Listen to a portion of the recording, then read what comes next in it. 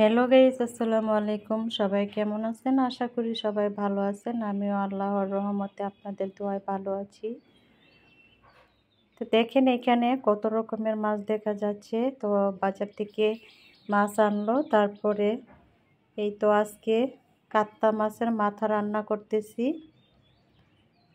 কাতলা মাছের মাথা রেসিপি আমি বোনা করে নিব। আপনারা আমার সাথে থাকেন, একটা লাইক দিয়ে আমার ভিডিওটা কন্টিনিউ করে যাবেন। আপু ভাইয়ারা যে যেখান থেকে আমার ভিডিওটা দেখতেছেন, আমি কিন্তু মাছগুলো ভেজে নিয়েছি। দুইটা কাতলা মাছের মাথা, দুইটা পিস ভাজা হয়ে গেছে। এখন আমি প্যান বসাই দিলাম। প্যানে পেঁয়াজ দিয়ে দিলাম, পেঁয়াজ কাঁচামরিচ, এগুলো একটু লবণ দিয়ে ভাজা ভাজা করতেছি। যে যেখান থেকে আমার ভিডিওটা দেখতেছেন সবাইকে অসংখ্য অসংখ্য ধন্যবাদ। ধন্যবাদ না দিলেই নয়, এত কষ্ট করে সময় নষ্ট করে আপুরা আমার ভিডিও দেখে। তো আমি কিন্তু এইখানে পরিমাণ মতো মশলা আর একটা টমেটো দিয়ে দিছি বড় সাইজের। মশলাগুলো কিন্তু কষানো হয়ে গেছে। পরিমাণ মতো পানি দিয়ে দিচ্ছি, যেহেতু বোনা করব বেশি পানি দিব না। পরিমাণ মতো পানি দিয়ে দিলাম।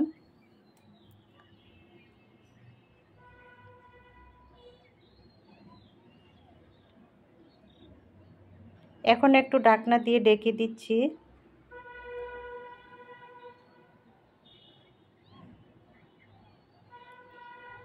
এই তো এখন মাছগুলোরে বেজে রাখা মাছগুলো দিয়ে দিচ্ছি এক এক করে। মাথাগুলো মাছের মাথাগুলো অনেক বড় বড়, তাই দুইটা পিসেই কড়াইটা ভরে গেল। তো মোটামুটি ধরেছে, হয়ে গেছে। এখন ঢাকনা দিয়ে ঢেকে দিচ্ছি বলক আসার জন্য। এই তো কিছুক্ষণ রেখে উঠালাম, দেখেন বলক এসে গেছে।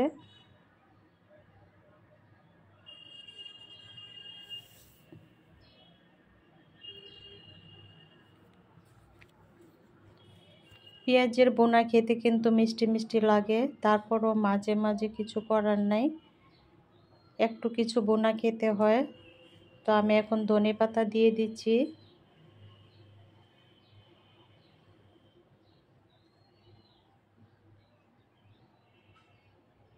ধনেপাতাগুলো খুব ফ্লেভার আছে, খুবই একটা গ্রান আসতেছে।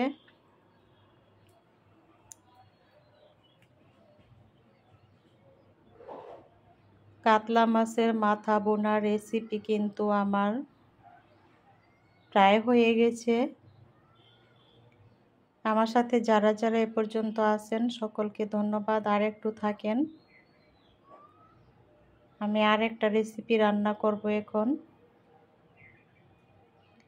ডাল দিয়ে, মসুরের ডাল দিয়ে লাউ রান্না করব। আমার সাথে থাকেন আপুরা। আমি ডালটা ধুয়ে চুলায় বসিয়ে দিলাম, একটু হলুদের গুঁড়া দিয়ে দিলাম, লবণ দিয়ে দিচ্ছি।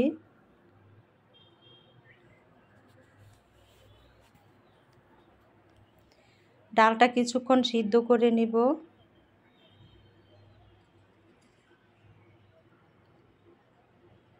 লাউ দিয়ে ডাল, মাছ দিয়ে লাউ দিয়ে ডাল, তারপরে মাছ দিয়েও লাউ খাওয়া যায়, যে যেভাবে খায়।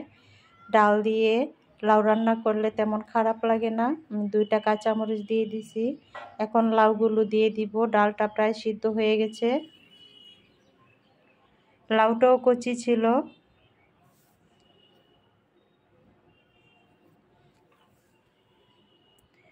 লাউগুলো দিয়ে একটু ঢাকনা দিয়ে ঢেকে দিয়েছিলাম, তো এখন বলক এসে গেছে।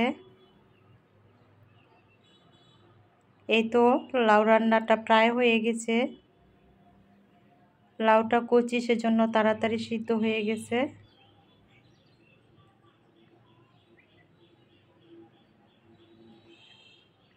আর একটু হবে। আমি কিছু পেঁয়াজ কলি দিয়ে দিলাম।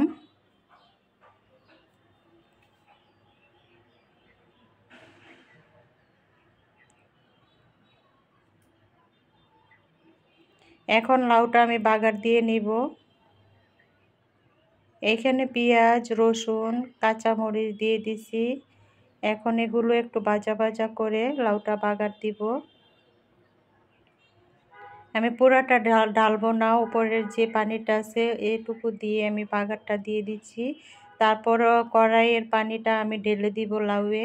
এই তো হয়ে গেল লাউ বাগার দেয়া হয়ে গেছে আমার রান্না। এখন ধনেপাতা দিয়ে দিলাম। যে যেখান থেকে আমার ভিডিওটা দেখছেন আবারও একটা ধন্যবাদ না দিলেই নয়।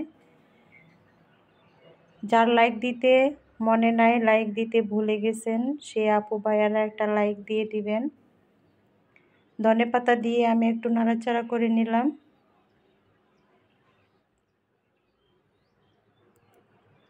হয়ে গেছে লাউ রান্না। সবাই ভালো থাকবেন। আল্লাহ হাফেজ।